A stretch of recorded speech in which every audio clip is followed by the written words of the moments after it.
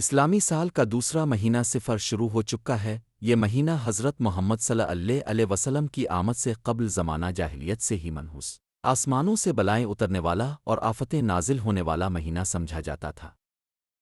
لیکن افسوس کہ آج بھی یہی نظریہ نسل در نسل آج تک چلا آ رہا ہے۔ حالانکہ نبی کریم نے بہت صاف اور واضح الفاظ میں اس مہینے کے علاوہ دیگر پائے جانے والے توہمات اور قیامت تک کے باطل نظریات کی تردید اور نفی فرما دی۔ اس بابرکت ماہ کو منحوس سمجھا جاتا ہے اور اس مہینہ میں شادی کرنے، سفر کرنے، کاروبار کا آغاز کرنے کو بدشگونی سمجھا جاتا ہے۔ اس ماہ کی 13 تاریخ اور آخری چہارشنبے کو انتہائی منحوس سمجھا جاتا ہے، جو غیر اسلامی اور شریعت کے خلاف عمل ہے۔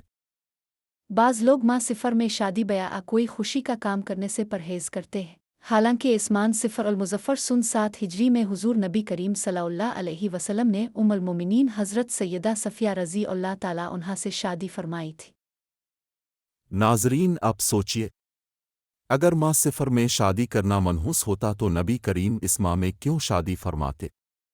ماہ صفر ہی وہ مہینہ ہے جس میں اللہ تعالیٰ نے مسلمانوں پر اپنی رحمتوں کے دروازے کھولے اور پیغمبر اسلام اور آپ کے پیارے صحابہ کرام رضوان اللہ تعالیٰ علیہم اجمعین کو جنگ خیبر میں فتح سے نوازا۔